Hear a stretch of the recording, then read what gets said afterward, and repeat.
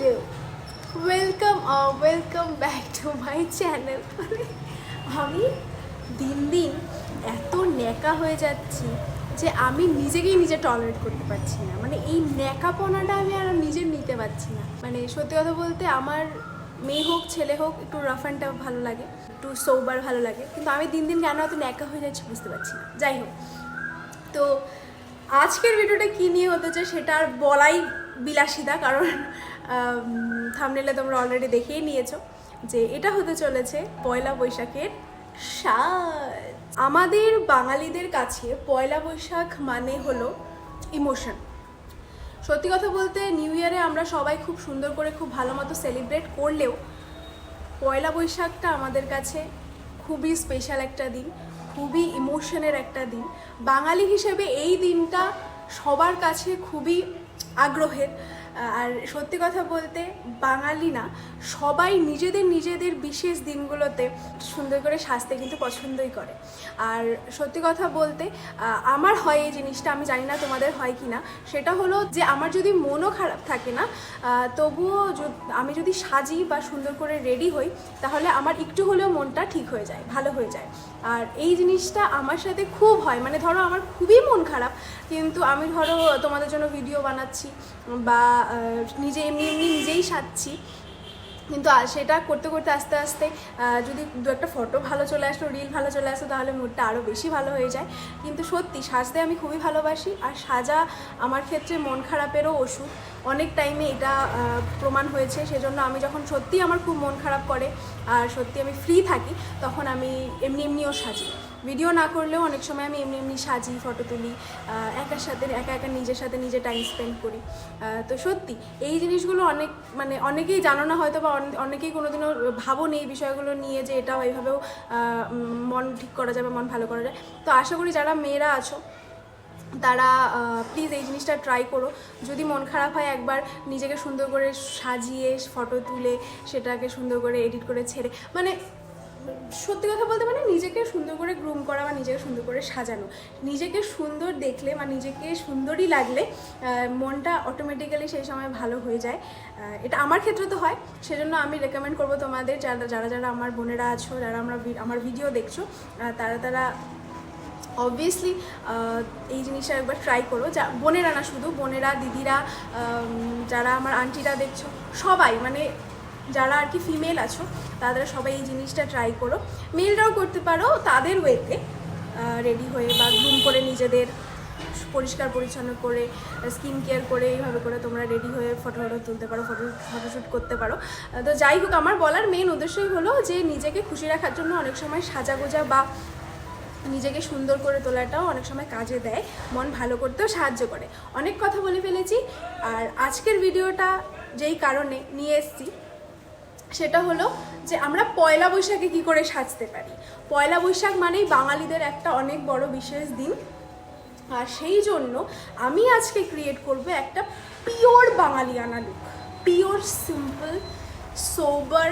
আর সত্যি কথা বলতে আমার মনে হয় যে বাঙালিদের মেকআপ বা বাঙালিয়ানা হিসেবে সাজা মানে একদম স্নিগ্ধ একটা লুক। আর আই থিঙ্ক তোমরা এতক্ষণে থাম্বনেলে দেখেই নিয়েছো যে লুকটা একদম সোবার স্নিগ্ধ একটা লুক। লাল পাড় সাদা শাড়ি, সোনালি গয়না, আর সাথে একটা নোজপিনও পরেছি। তো চলো লুকটাকে ক্রিয়েট করা যাক। ক্রিয়েট করতে করতে ভয়েস ওভারে তোমাদের সাথে কথা বলছি। আর আজকে আমি নতুন জায়গায় বসেছি। আমি আমার ঘরে বসিনি, আমি আমার ড্রয়িং রুমে বসেছি, কারণ আমার রুমে এখনও এসি লাগানো হয়নি। আর আমার রুমটা একদম সামনের দিকে রোদ পড়ে বলে ভীষণ গরম হয়ে আছে এই সময়টা, সেই কারণে আমি আমার ড্রয়িং রুমে বসে ভিডিও বানাচ্ছি। আর কি বলবো, কিছুই বলেনি। চলো ভিডিও শুরু করি। দেখতে তো হবে নাকি? দেখো দেখো দেখো। তো কিছুদিন বাদে পয়লা বৈশাখ, আর পয়লা বৈশাখের জন্যই আজকের ভিডিওটা বানানো। সেটা তোমাদের প্রথমেই বললাম যখন ভিডিওটা শুরু করেছিলাম। আর সত্যি কথা বলতে কিছুদিন থেকে আমার হারকাতেগুলো এরকম লাগছে যেন আমি 2 বছর 3 বছর আগে চলে গেছি। মানে 2 বছর 3 বছরও না, মনে হচ্ছে অনেক বছর আগে চলে গেছি। একটু বেশি করে ছোট ভাব মনে হচ্ছে আমার নিজের মধ্যে, কেন জানি না। তো যাই হোক, জোকস অ্যাপার্ট। তো চলো আজকে যেহেতু পয়লা বৈশাখ, ভিডিওটাতে ভয়েস ওভার একটু অন্যরকমভাবে দেওয়া যাক। প্রতিদিনই তো তোমাদের আমি প্রোডাক্টস কী কী লাগাচ্ছি সেগুলো বলে বলে কীভাবে করে কী ইউজ করছি, মেকআপ রিলেটেড কথা বলে বলেই তোমাদের সাথে ভয়েস ওভার দেই। কিন্তু আজকে চলো তোমাদের একটা গল্প বলি, গল্প শুনতে শুনতে চলো মেকআপ দেখাই। তো গল্পটা কিছুটা এরকম, এটা একটা মরালিস্টিক স্টোরি, ঠিক আছে, আর এটা সত্যি ঘটনার ওপরে বানানো, ঠিক আছে। তো চলো শুরু করি। আর এই ঘটনাটা শোনা আমার মায়ের মুখ থেকে, কারণ এই ঘটনাটা আমার মামা বাড়ির ওদিককার ঘটনা। তো শুরু হয় ঘটনাটা এখান থেকে যে একটা মেয়ে ছিল, তার বাবা মার সাথে থাকতো, তাদের একটাই সন্তান ছিল, সেটা হলো কন্যা সন্তান, আর সেটাই ছিল তাদের ওই একমাত্র মেয়ে। তো যথারীতি যেহেতু যাদের একমাত্র মেয়ে থাকে, যেমন আমি নিজেও বুঝতে পারি যে একমাত্র মেয়ে হওয়া মানে একটা বাড়ির পক্ষে কতটা আদরের, মানে যা কিছু হয় সব তাকে ঘিরেই হয়। শুধু মেয়ে না, সন্তান, মানে একটা বাড়িতে একটা সন্তান থাকলে তাকে ঘিরেই সব কিছু হয় আর কি। তো সেখান থেকেই ঘটনার শুরু। আর যথারীতি তাকে ঘিরেই তার বাবা মার সব কিছু, তাকেই প্রচণ্ড ভালোবাসে, তাকে ঘিরেই সব কিছু, তার পছন্দের রান্না, তাকে সব কিছু যাই হোক সেরমভাবেই করে। তো এরকম করতে করতে কি হয়, একদিন ওই বলে না যে যে কিছু কিছু মানুষের সত্যিই সুখ কপালে সয় না, তো সেই মেয়েটারও সুখ কপালে সয়নি। সেই মেয়েটার মা কিছুদিনের মধ্যেই খুব অসুস্থ হয়ে মারা যায়। তো তারপরে আর মেয়েটা খুব একটা বড় ছিল না, খুব একটা বয়স হয়নি মেয়েটার, এই 4-5 বছরের ছিল। তো তারপর সবার রিকোয়েস্টে তার বাবা আরেকটা বিয়ে করতে বাধ্য হয়, কারণ তার বাবার পক্ষে একা সব কিছু সামলানো সম্ভব হচ্ছিল না। তো তারপর যথারীতি তার বাবা আরেকটা বিয়ে করে আর তার নতুন মাকে তার সংসারে নিয়ে আসে। তো এরকমভাবে চলতে থাকে। প্রথমে কয়েকদিন তো তার মা সত্যিই তার মেয়েটাকে খুব ভালোবেসেছে, মানে যতদিন না পর্যন্ত মেয়েটা বড় হচ্ছে ইন দ্য সেন্স, মানে একটু বুঝতে শিখছে, যেমন 7-8 বছর পর্যন্ত হচ্ছে। তো 7-8 বছর পর্যন্ত মাটা সত্যিই মেয়েটাকে খুব ভালোবাসে। তারপরে তাদের আরেকটা কন্যা সন্তান হয়, মানে তার বাবার আর তার নতুন মায়ের আরেকটা কন্যা সন্তান হয়। তো তারপর সেও আস্তে আস্তে বড় হতে থাকলো, কিন্তু যেহেতু 7-8 বছরের গ্যাপ, তারপরে যখন তারা উপযুক্ত হতে শুরু করে, আস্তে আস্তে কাজকর্ম সব জানতে শুরু করে, বুঝতে শুরু করে, তখন আস্তে আস্তে কি হয়, দেখা যায় যে যার যে সৎ মাটা ছিল, মানে নেক্সট যাকে বিয়ে করেছিল তার বাবা, সেই মহিলাটা কি করছে, তার যে আগের ঘরের সন্তান, মানে সৎ মেয়ে, তাকে সব সময় বসিয়ে বসিয়ে খাওয়াচ্ছে, আদর করছে, পারলে বিছানার মধ্যে খাবার এনে দিচ্ছে, সব কিছু তৈরি করে দিচ্ছে হাতের সামনে। কিন্তু তার যে নিজের মেয়ে, যে কিনা তাদের বিয়ের পর জন্ম নিল, বড় হলো, আগের মেয়েটার থেকে অনেকটাই ছোট, তো তাকে দিয়ে বাড়ির সব কাজকর্ম করায়। যেহেতু গ্রামের ওদিকে ছিল আমার মায়ের, যেহেতু আসামে বাড়ি, তো সেদিকে কী হতো, তাকে দিয়ে সব, মানে খাটনির কাজগুলো, যেমন রান্না বান্নার কাজকর্ম, তারপর হলো যাদের জমি ছিল, তো জমির কাজকর্ম সব এগুলো করাতো। তো এরকমভাবেই চলতে থাকে, যে আগের মেয়েটাকে সবসময় বসিয়ে বসিয়ে খাওয়ায়, আদর করে, করে। তো একদিন তার নিজের মেয়ে সেই নিজের মেয়ে তার মাকে জিজ্ঞেস করে, মা তুমি দিদিকে এতটা ভালোবাসো, তুমি দিদিকে সবসময় বসিয়ে বসিয়ে খাওয়াও, সব কিছু হাতের সামনে এনে দাও, ওকে কোনো কাজ করতে দাও না, কিন্তু আমাকে সবসময় এরকম খাটাও কেন? তার মানে কি তুমি আমাকে ভালোবাসো না, দিদিকে ভালোবাসো? তো ওর মাটা বলেছে, হ্যাঁ আমি ওকেই বেশি ভালোবাসি, তোর থেকে আমি ওকেই বেশি ভালোবাসি, কারণ ও আমার প্রথম মেয়ে। তো এটা শুনে সবাই, যারা যারা শুনেছিল তারা সবাই ভেবেছিল যে মাটা সত্যিই খুব ভালো, যে আগের মেয়েকে, যে তার নিজের না, তবু তাকে এতটা ভালোবাসে, আর যে ওর নিজের তার থেকেও বেশি ওকে এতটা ভালোবাসে, তার মানে মহিলাটা কতটা ভালো, অবশ্যই ভালো। তো এরকম করতে করতে কি হয়, এক সময় আসে যে তার নিজের মেয়ে আর তার যে আগের ঘরের মেয়ে, দুজনেই বড় হয়ে যায় এবং দুজনেরই বিয়ের বয়স হয়ে যায়। তো নিজের মেয়ের আর আগের মেয়ের দুজনেরই বিয়ের বয়স হয়ে যাওয়ার পরে আস্তে আস্তে তাদের জন্য সম্বন্ধ দেখা শুরু করে। ইভেন যখন তার বড় মেয়ে, মানে আগের ঘরের মেয়ের সম্বন্ধ ঠিক হয়, তখন তার বাবার আর মার এতটাই আদরের সে ছিল, তার একটাই দাবি ছিল যে যাকে যে বিয়ে করবে সে যেন তাদের বাড়িতে এসে থাকে, কারণ তারা তাদের মেয়েকে ছাড়া থাকতে পারবে না। তো এরকমভাবে প্রথম মেয়ের বিয়ে হয় এবং তার যে হাজব্যান্ড হয় সে তাদের বাড়িতেই থাকে, ইভেন সে আলাদা কাজ করে, আলাদা সব কিছু সংসার খরচা চালায়, কিন্তু তাদের সাথেই থাকে। তারপর দেখতে দেখতে তাদের ছোটো মেয়েরও বিয়ে হয়ে যায়, আর ছোটো মেয়ে তখন ছোটো মেয়ে বলে যেহেতু দিদি তোমাদের বাড়িতে থাকে সেহেতু আমিও তোমাদের বাড়িতে থাকবো। তো এরকমভাবে নিজের বাড়িতেই তারা দুজন থাকে এবং হাজব্যান্ডের সাথেই থাকে। তারপর আস্তে আস্তে কী হয়, যখন তাদের বাবা মা দুজনের বয়স হয়ে যায় তখন তারা কি করে, আস্তে আস্তে তাদের যে সম্পত্তি অল ছিল সেগুলো তাদের দুই মেয়ের মধ্যে ভাগ করে দেয় সমানভাবে। তখন আস্তে আস্তে কী হয়, একটা সময় আসে যেই সময় কিনা তাদের বাবা মার বয়স হয়ে যায় এবং তারা দুজনেই মারা যান। তারপরে হয় আসল ঘটনা, কারণ তারা তাদের বড় মেয়েকে এতটাই মানে আদরে তুলোর মধ্যে মানুষ করেছে, তুলো তুলো করে, যে তাকে কিছুই শেখায়নি, সে কিচ্ছু পারে না। কিন্তু সত্যি কথা বলতে একটা সংসারে থাকতে গেলে, একটা সংসার চালাতে গেলে একটা মেয়ের আর একটা ছেলের সব কিছু জানতে হয়, সব কিছু শিখতে হয়। তাই তার এখানে তার যে মা তার বড় মেয়েকে কিছুই শেখায়নি, ইভেন যেটুকু রান্না করে খেতে হয় সেটুকুও শেখায়নি।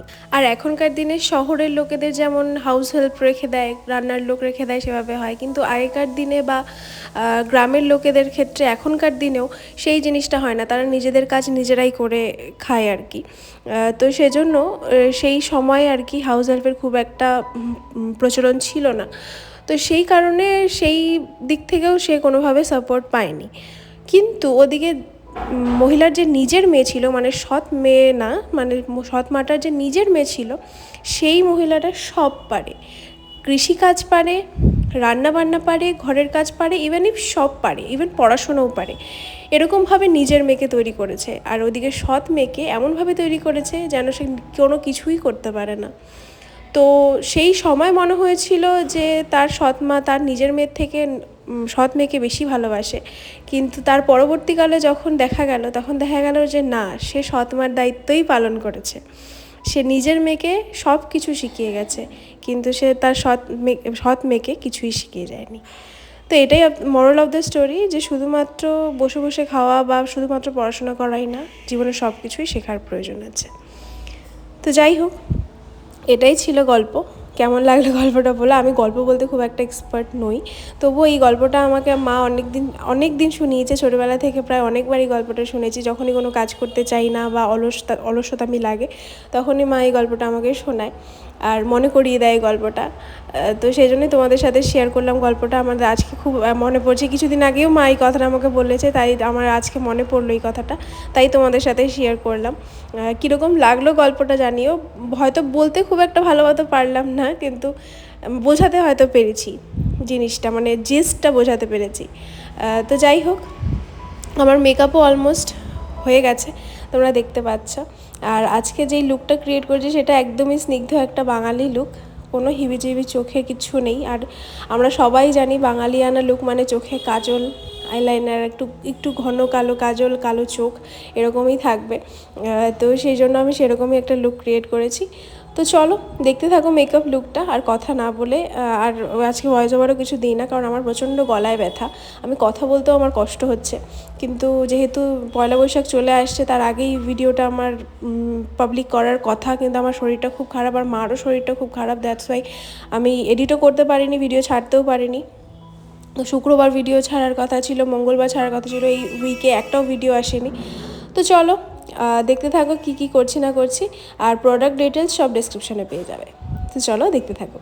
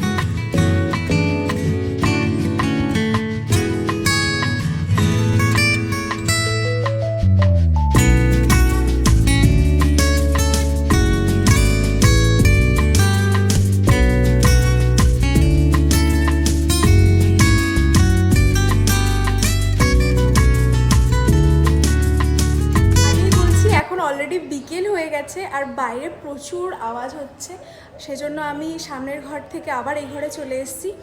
তো এটাই ছিল আমার আজকের পয়লা বৈশাখের লুক। একটু অন্যরকম করেছি, অন্যরকম মানে কি, বাঙালিয়ানার টাচ তো ফুলফিল আছে, একদম স্নিগ্ধ একটা লুক, কিন্তু ভীষণ মানে স্নিগ্ধ ইয়েট গর্জিয়াস। আর আমি এটা বলতে পারো যে পয়লা বৈশাখের সাজে হাফ স্লিভ মানে স্লিভলেস ব্লাউজ কেন পরেছো, কারণ আমার মনে হয়েছে যে গ্লাস স্লিভ বা ফুল স্লিভ ব্লাউজ দিয়ে, ফুল স্লিভ না মানে বেশিরভাগ সময় গ্লাস স্লিভ ব্লাউজ দিয়েই কিন্তু পয়লা বৈশাখের সাজ ক্রিয়েট করা হয়, কিন্তু স্লিভলেস ব্লাউজ যারা পরতে চায় বা যারা একটু অন্য ধরনের একটু মডার্ন লুকের ওপর বাঙালিয়ানা সাজতে চায়, তাদের জন্য কিন্তু এই সাজটা অ্যাপ্রোপ্রিয়েট। কী বলো তোমরা? আর মেকআপটা কিন্তু তোমরা দেখছো অ্যাজ ইউজুয়াল ভীষণ গ্লোয়ি, ভীষণই সফট সাটল একটা লুক। আর আজকে কিন্তু আমি এই নাথটা পরেছি। আমাকে নাথ পরে কেমন লাগছে অবভিয়াসলি কিন্তু কমেন্টে জানাতে ভুলো না। আমার প্রচণ্ড গরম লাগছে, এই ঘরে ফ্যান নেই, এসি নেই, কিছু নেই, কিন্তু আমি just because of the noise আমি এই ঘরে এসে ভিডিওটা করছি, মানে আমার লাস্ট আউটরোটা দিচ্ছি। তো তোমাদের আমার এই লুকটা কেমন লাগলো তোমরা কিন্তু কমেন্টে জানাতে ভুলো না। আর আর আগামী দিনে তোমরা কীরকম ধরনের লুক দেখতে চাও সেটাও কিন্তু তোমরা কমেন্টে জানাতে ভুলো না। আর তোমরা কি এই পয়লা বৈশাখেরই আরেকটা লুক দেখতে চাও, যেটা কিনা সালোয়ার পরে হবে? শাড়ির লুক তো একটা দেখালাম, যারা সালোয়ার পরে সাজতে চাও তারা কি দেখতে চাও যে সালোয়ার পরে কীরকমভাবে একটু অন্য ধরনের বা একটু অন্য রকমের সাজা যায়, যাতে কিনা একটু অ্যাট্রাকটিভ লাগে, রাস্তা দিয়ে যখন যাবে পয়লা বৈশাখের দিন সবাই একটু নজর ঘুরিয়ে দেখবে, এরকম ধরনের একটা ফিল নিতে চাও? তো চলো দেখি, আমি ট্রাই করব পয়লা বৈশাখের আরেকটা লুক আনার, যেটা কিনা সালোয়ারের ওপরে হবে। যাই হোক, তো চলো আজকের ভিডিও এখানেই এন্ড করছি। আবার দেখা হবে খুব তাড়াতাড়ি কোনো নতুন ব্লগ ভিডিও বা মেকআপ নিয়ে। ততক্ষণের জন্য টাটা।